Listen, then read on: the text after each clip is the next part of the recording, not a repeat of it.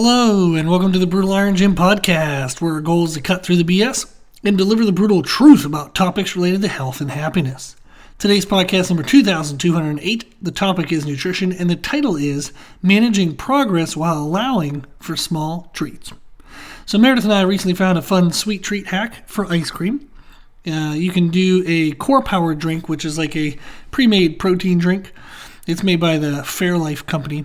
So you pour in 3/4 of a core power drink and mix it with a packet of sugar-free Jell-O pudding.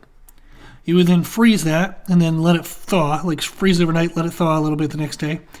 Add the other 1/4 of the core power into it and then blend it up.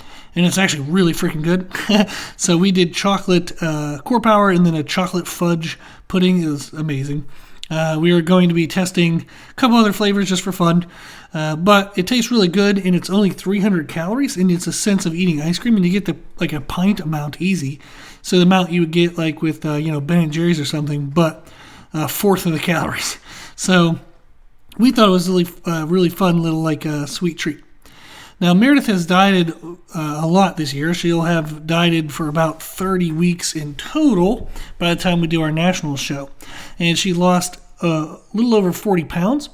So she's done 2 shows already, and she'll be competing at a national level tomorrow in Texas. So very exciting, very cool.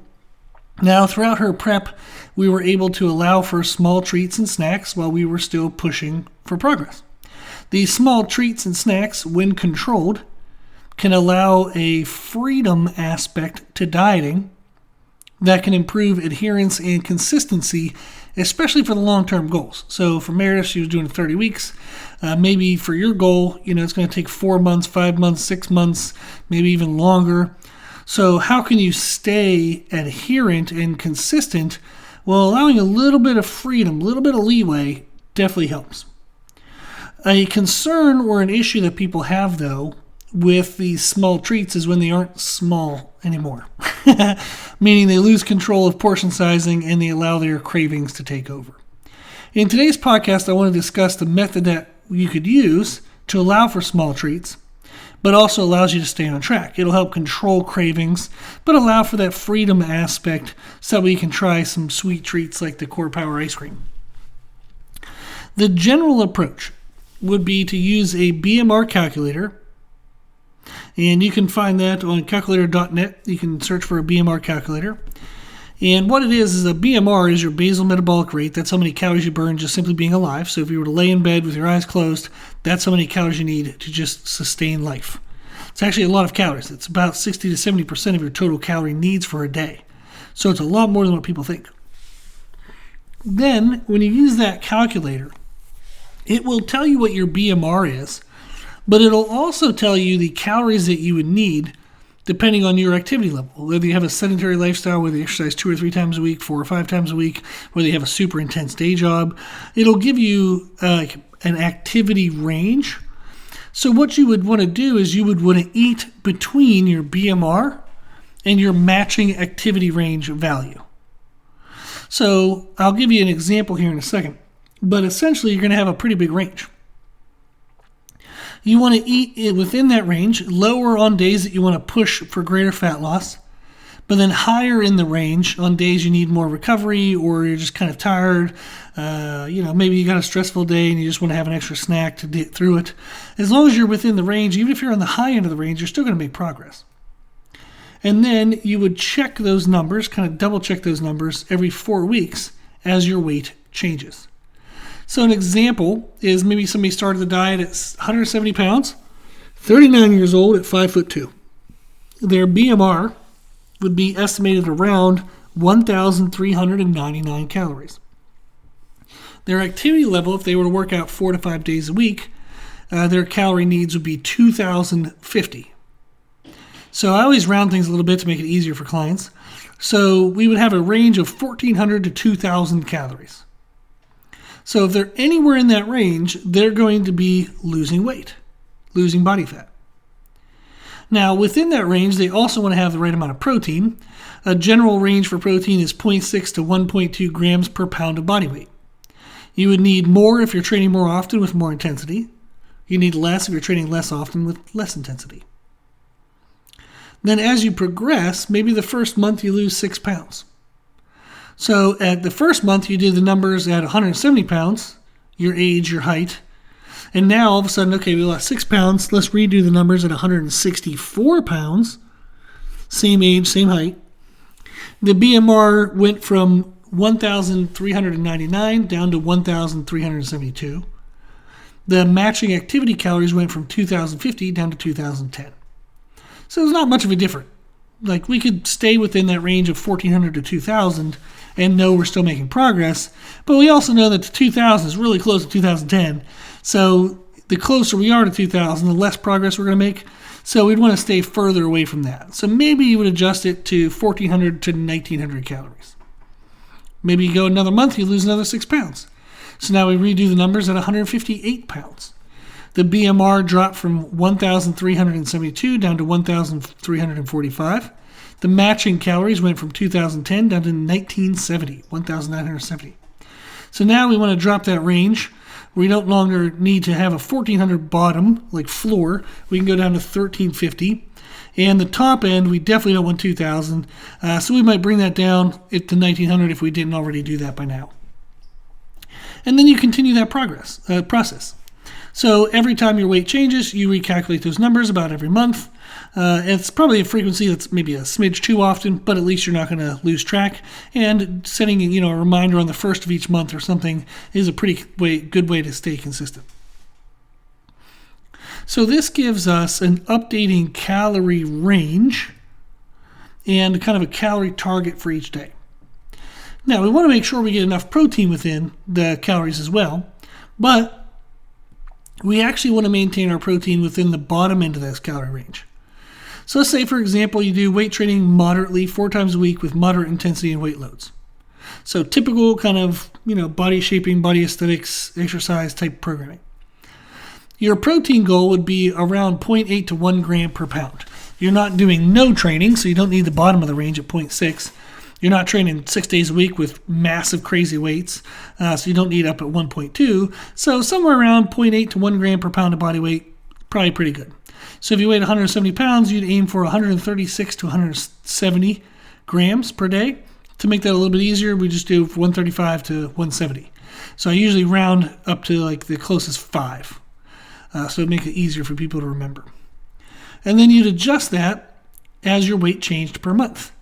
Now, you can more accurately calculate protein needs based on lean muscle tissue, but you need to get a DEXA scan, bod pod, water displacement test, or some kind of fancy test to know that. So you can just do a basic formula just to know you're somewhere on track. Is body weight times 0.6 up to body weight times 1.2, somewhere in there. So now you have a calorie goal and a protein goal. How we can make room for small treats is to aim to hit our protein target at the minimum calorie range. So if your calorie range is 1,350 to 1,950 or 1,350 to 1,900, what you would want to do is hit your protein minimum goal, which is 135 grams, by the time you reach the minimum calorie goal, which is 1,350 calories. What this does then is if you know you've gotten your protein in, by the time you hit your minimum calories, any calories above that could be anything you want. So they can be any mixture of carb, fat, and protein within the allotted calories that you still have within your range. So let's say, for example, your range was 1,350 to 1,900. So you have 550 calories in that range. If you've already hit your protein target and you hit your minimum calories by 1,350, you now have 550 calories that you could eat into but still make progress. So you can have a small treat that day that's 300 calories, and you know you're still going to have a successful fat loss day. You probably don't want to do that every day because it's going to limit how fast you can make progress, but you can have it on maybe training days as a fun association, like, okay, I trained today, I can have a little bit of extra food.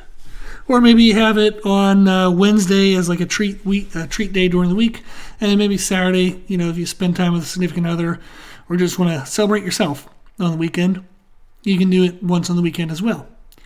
Whatever structure you want that allows for some low range days and then a couple mid range or high range days, as long as you're still making progress that you're happy with. But this is how you would calculate and adjust for reaching your calorie and protein targets while allowing for small treats. As for controlling cravings, if you're within the range, you're probably not going to have super intense cravings. When people typically experience really intense cravings, it's because they're under eating or they're too late on the range too often. So you need to kind of pull back out of that a little bit, maybe once or twice a week, and that will severely reduce cravings. And then also just knowing that you can have a treat if you need it allows you to only have it on some days. I've trained with clients before and they say like, oh, I have to have chocolate every single day. No, you don't. You're choosing to have chocolate every day. I understand that, but you don't have to. Whereas if you tell them, okay, well, as long as we account for it calorie-wise, you can have chocolate every day. Is it going to be super beneficial to do it every single day? Probably not. But could you do it a couple times a week and still make great progress? Sure. And then just simply the understanding that they can if they want. Now all of a sudden they don't feel like they have to have it every day. And then if you find it's too much freedom and you find yourself overeating or getting like too focused on what these small treats might be, then okay, select one or two options and know, okay, if I'm going to have an extra food this day, here's one of my two options. Let me just have that and move on. So that's a little bit of a way to control the mindset about it, is to give it a little bit of structure within that freedom. But this is a great way to structure your calories and protein to ensure that you're hitting the minimum targets, and then that still allows for space to have small extra treats, once, twice, 3 times a week. So I thought that would be fun to share as a way to explain how you can make room for that while still making great progress. If you have any questions, if you need anything, just shoot me an email at brutalirongym@gmail.com. If you like the podcast, please share the podcast. The more people that know about it, more people will be helped by it. If you want to support the podcast, you can do a donation on our website, or you can go to nutricost.com. You can buy your supplements there using the code BrutalIron10. That'll give you a 10% reduction on cost, 10% discount. And then we get a 10% commission on anything you spend. So it's a way of kind of giving back to the podcast while also getting supplements at a discounted cost. So win-win. And then if you like the information we share in the podcast, you can find new and unique information from us every single day on Instagram and YouTube under the name Brutal Iron Gym. As always, I hope this was helpful, and thank you for listening.